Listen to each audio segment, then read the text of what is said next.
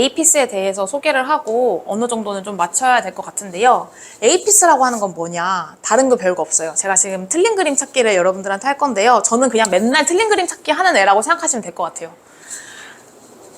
여기에서 틀린 게 세 가지가 있어요. 이 왼쪽과 오른쪽. 아, 다른 거라고 해야 되나요? 네. 뭐가 다를까요, 여러분? 네. 다들 동의하시나요? 여기 그림에 있는 것과 연필 색깔 다르죠? 페인트 다르나요? 맞습니다. 이렇게 세 개가 달라요. 잘 찾으셨어요. 저는 맨날 이걸 하고 있다고 생각하시면 돼요. 왼쪽에다가는 현장 지문을 놓고 오른쪽에다가는 당연히 데이터베이스로 계속 돌리고 있으니까 여기는 이제 전 국민의 데이터 후보군들이 쫙쫙쫙 뜨겠죠. 그래서 저는 그냥 맨날 맞추는 거예요, 그것들을. 이거는 좀 어떤 걸까 하면서 이런 일을 계속 하고 있다고 보시면 될 것 같습니다. 그래서 이거를 이제 자동 지문 검색 시스템이라고 하고 줄여서 에이피스라고 부르고 있는데요. 이제 범죄 수사 관련한 드라마나 영화 이런 거 보시면은 지문 딱 넣으면은 바로 매치 딱 뜨거나 막 갑자기 사람 얼굴 파삭 뜨고 잡았다 막 이러잖아요. 실제로는 전혀 그렇지 않습니다. 실제로는 전혀 그렇지 않고 저도 이제 지금 갖고 있는 일 중에 거의 한 두세 달 된 것도 많아요. 그래가지고 쉬운 일은 아니라는 거. 그런데 어쨌든 그거는 드라마에서나 가능한 일들이고 실제로는 이 일을 하고 있는 분이 이제 경찰청에는 총 한 35명 정도 있거든요. 35명의 이제 감정관들이 이렇게 지문을 검색해가지고 신원을 확인하는 역할을 하고 있습니다. 그래서 보통 아까 얘기했던 것처럼 우리가 배운 특징점 있잖아요. 그걸 활용해서 입력을 하는 거예요. 현장 지문이 이렇게밖에 남아있지 않으면은 우리 아까 배웠던 분기점을 이렇게 입력을 해두고 실제로는 이런 시스템으로 돌아가진 않아요. 우리나라 거는. 그냥 우리나라 걸 캡처해 올 수가 없어가지고 제가 구글에 있는 자료를 따온 건데요.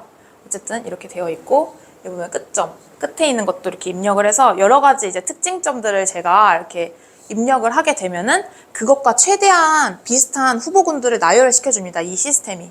그래서 그 아이들을 가지고 우리가 비교를 하는 거예요. 그런데 여러분 이거를 판정하는 거는 결국에 사람이잖아요.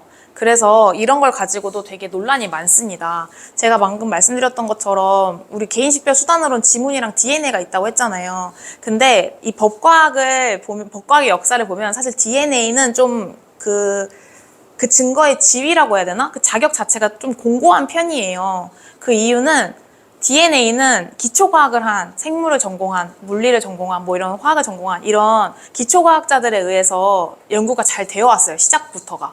근데 지문은 사실 그렇진 않아요. 지문은 법과학에서 독자적으로 커온 분야이기도 하고 그러다 보니까 과학적인 베이스는 그렇게 크진 않습니다. DNA와 비교를 했을 때를 말씀드리는 거예요. 그런데 제가 아까 얘기했던 것처럼 이 에이피스 결국에는 사람을 특정하는 거는 또 사람이잖아요. 저 같은 감정관이 특정을 하다 보니까 오류가 생길 가능성이 있어요. 제가 잘못 판단할 수가 있잖아요. 왜냐면 현장에 남아있는 지문이 아까 사진처럼 이렇게 깔끔하지가 않으니까. 이렇게 깔끔하면은 오류 가능성이 굉장히 적겠죠. 하지만 현장에 남겨진 지문은 이것도 되게 깔끔한 거예요. 너무 잘 남겨진 지문이고 여러분들 생각해봤을 때 지문 이렇게 잘 쓸리기도 하고 그렇죠. 왜곡도 정말 많이 일어나요. 이런 공면체에 남겨진 지문은 또 사진 촬영을 어떻게 하느냐에 따라서 달라지고 그러다 보니까 결국에는 그런 지문을 대상으로 우리가 뭔가 신원을 확인을 했는데 그리고 또 여러 사람이 그 결과를 검증하거든요. 근데 그런 절차도 모두 다 사람이 하다 보니 오류가 생길 가능성이 있다라는 것입니다. 그래서 사실 과학이라고 하는 것은 어떻게 보면은 좀 오류의 가능성이 굉장히 적은 이라고 그냥 상식적으로는 그렇게 생각이 들잖아요. 하지만 또 과학이기 때문에 오류율이 밝혀져야 하는 것이고 그러나 또 방금 말씀드렸던 것처럼 지문이라고 하는 거는 좀 그 오류율을 밝히기가 쉽지 않아요. 이 연구를 하는 거에 있어서. 그래서 어쨌든 이 오류율에 대한 정확한 수치가 필요한데 이 분야 자체는 지문 분야 자체는 오류를 밝혀내기가 태생적으로 쉽지가 않다. 그래서 최대한 이 사람이 하는, 제가 하는, 저 같은 감정관이 하는 절차들을 과학적으로 하는 것으로 방향을 바꿔버렸습니다. 그래서 그런 식으로 설명을 드리는 게 그냥 될 것 같고요. 굉장히 되게 유명한 오류 사건이 있어요. 지문을 가지고 있었던. 이거는 전 세계적으로 이 법과학을 하는 사람한테는 엄청 유명한 그런 사건 중에 하나인데요. 바로 브랜든 메이필드 사건이에요. 2004년에 스페인 마드리드에 있었던 열차 폭발 테러 사건으로 191명이 사망하고 거의 한 1,000 몇백 명의 이제 뭐라 해야 될까? 다친 사람들이 있었어요. 거의 한 2,000명의 사상자가 발생한 사건이죠. 근데 그 현장에 남겨진 지문을 가지고 FBI가 검색을 한 거예요. 왜냐면 FBI는 우리가 세계 최고의 경찰이다 하는 그런 것도 있고, 또 열차 폭발 테러 사건이니까 아무래도 이제 공조를 했겠죠. 스페인에서도 FBI에다 뿌리고 막 이랬겠죠. 근데 이제 FBI에서 우리가 맞는 것 같아 하면서 지목한 사람이 바로 이 브랜든 메이필드라고 하는 변호사를 지목을 한 거예요. 근데 이 사람은 확실한 알리바이가 있었어요. 그때 당시에는 스페인에 있지도 않았고, 근데 너무 억울하게 누명을 썼던 거예요. 이 사람을 지목한 이유는 일단은 지문이 비슷한 면도 있기도 했지만, 두 번째는 이 사람은 일단은 미국의 그런 정서에 반하는 이슬람 교도였고, 또 이슬람 교도들을 좀 옹호하는 그런 변호 활동을 계속 전개해 왔던 사람입니다. 그래서 이 사람이 2주 동안 감옥에 구금이 되었어요, 실제로. 근데 스페인 경찰이 너네가 FBI 너네가 찾은 거 아니던데? 다른 사람이야. 이 현장 지문이랑 맞는 진짜 테러범은 따로 있어. 이렇게 발표를 해버린 거예요. 그래서 FBI가 깜짝 놀래가지고, 왜냐면 이 사람이 이미 감옥에다 넣어놨는데, 그리고 발표 다 했잖아요. 우리가 드디어 잡았다, 이 테러범을. 하고서는 막 뉴스도 팡팡팡팡 터뜨렸는데, 뭐지? 하고서는 스페인 경찰이 찾은 그 진범의 지문을 비교해보니 진짜 그 사람께 맞았던 거예요. 브랜든 메이필드 것이 아니었던 거예요. 그래가지고 이례적으로 FBI가 사과 성명을 발표해요. 왜냐면 사실 세계 최고의 경찰이라고 자부하는 그 기관에서 뭔가 우리가 잘못했다, 죄송하다라고 말하는 게 쉽지는 않은 일이잖아요. 어떻게 보면은 보통 이제 어떤 이렇게 숨기려고 급급할 수도 있었는데, 어쨌든 무고한 사람 한 명을 감옥에 집어 넣은 것도 맞으니까요. 그래서 이 사람이 이제 거의 한 우리나라 돈으로 몇 조에 해당하는 그런 보상금을 받고 풀려나게 돼요. 그리고 현재는 이제 본인이 어쨌든 한번 지문이 과학이라고 하는 사람들 때문에 감옥에 한번 들어갔다 나왔으니까 자기는 억울하잖아요. 그러니까 그걸 가지고 계속 이렇게 활동을 하고 있어요, 지금. 약간 비영리적으로. 지문 가지고 뭔가 잘못 수사될 수 있는 것들도 있으니까 강연 활동도 정말 많이 펼치고, 그래서 그런 식으로 본인의 그런 커리어를 쌓고 있다고 알고 있습니다. 근데 이거 항상 하는 말이지만, 만약에 내가 저한테는 확실한 알리바이가 있으면, 그리고 또 한 그 정도 금액의 보상금이 주어진다고 했을 때 2주 가는 거 어떠세요? 감옥 가는 거 어떻게 생각하시나요? 어떻게 생각하시나요? 그죠? 고려 한번 해봐도 되지 않나? 아닌가? 네, 아닌가? 심한 과목이 아니라면 다시 들어오지 말아야지. 근데 저게 진짜 같은 질문이었던데 어떻게 된 거예요? 제가 갖고 왔습니다. 이게 현장에 남겨진 지문이에요. 그리고 브랜든 메이필드의 지문은 이랬고, 그리고 진범의 지문은 이랬는데요. 그냥 이렇게 봤을 때는 저도 사실은 진짜 일일이 다 분석을 해봐야 돼요. 막 줄 쳐가면서. 근데 그 메이필드 사건 이후로 그냥 여러분들 봤을 때도 뭔가 비슷해 보이지 않아요? 이 세 가지 지문이 다?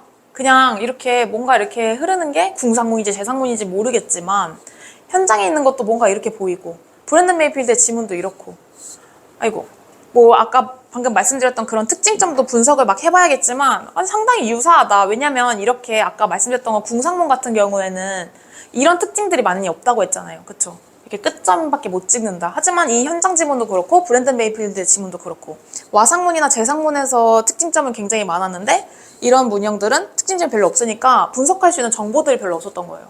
근데 이제 브랜든 메이필드 이 오류 사건 이후로 미국 법무부에서 감사를 엄청 많이 나왔대요. FBI에 이제 왜 너네들 이런 오류 판단을 했어.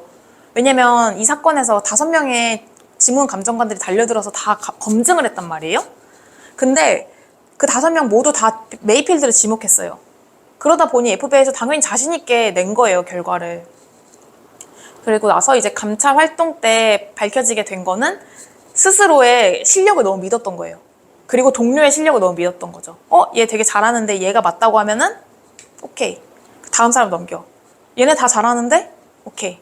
이렇게 하다 보니까 서로의 그런 실력들을 과신하게 되고, 또 제대로 된 어떤 뭐 블라인드 테스트가 되게 중요하잖아요. 이 사람이 어떤 결론을 내렸는지도 모르는 상태에서 검증을 했어야 되는데 그러지 않았다.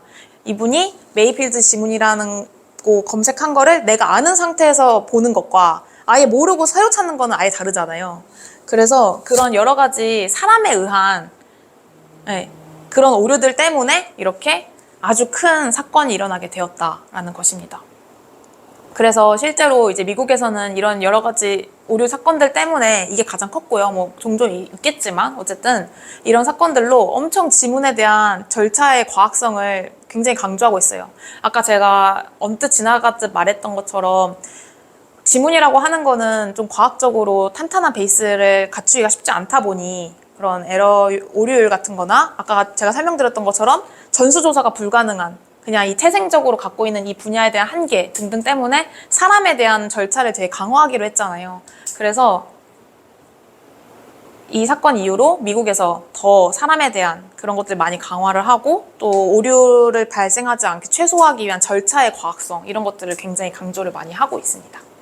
그래서 지문이라고 하는 거는 마냥 쉬운 건 아니다. 하지만 저도 이제 여기에 종사하는 사람의 입장으로서 내가 그냥 계속 나는 좀 실수하지 말아야지, 오류 저지르지 말아야지라고 계속 인식하면서 일하면은 조금 더 다르대요. 그게 그냥 심리학적으로 저 잘 모르지만 심리학 쪽은 그래서 저도 약간 그런 식으로 근무를 하고 있습니다.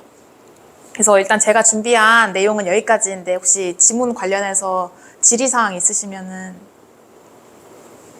네, 우등생. 네. 드라마 내용들도 보면 네. 일부러 훼손하는 경우에 그런 어떤 식으로 범인을 조하는 건지. 좋은 그거다.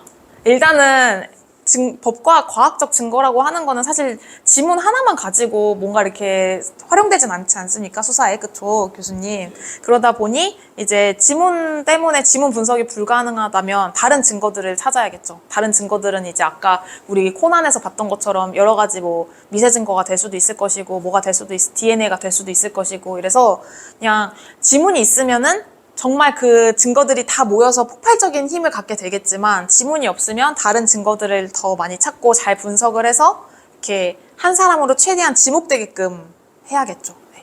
그런 식으로 한다고 보시면 될 것 같아요. 네. 또 다른 분 있으실까요? 네. 네. 저는 일단 지금 중간에 와서 아, 괜찮아요. 네.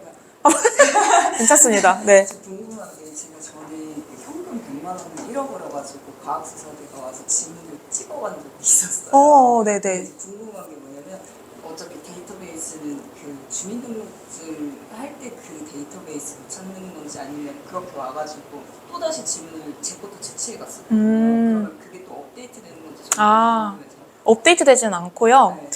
데이터베이스에 있는 지문은 그 주민등록증에 찍었던 지문으로 하는데 아마 피해자시니까 혹시나 해서 대조용으로 그냥 만약에 주민등록증에 막 잉크를 너무 많이 찍어가지고 왜냐면 어린 나이니까 힘 조절이 안 되잖아요. 얼마나 막 이상하게 찍은 경우도 굉장히 많아요. 여러분들 것도 뭐 언젠가는 보게 되는 날이 있을까? 잘 모르겠지만 어쨌든 간에 그 어릴 때 잘 찍은 사람도 있지만 잉크가 너무 많이 묻었거나 잉크를 너무 이제 묽은 잉크를 썼다거나 하면은 다 번져져 있어요, 막. 그래서 그런 것들은 또 데이터베이스에 있다 하더라도 쓸 수가 없어요.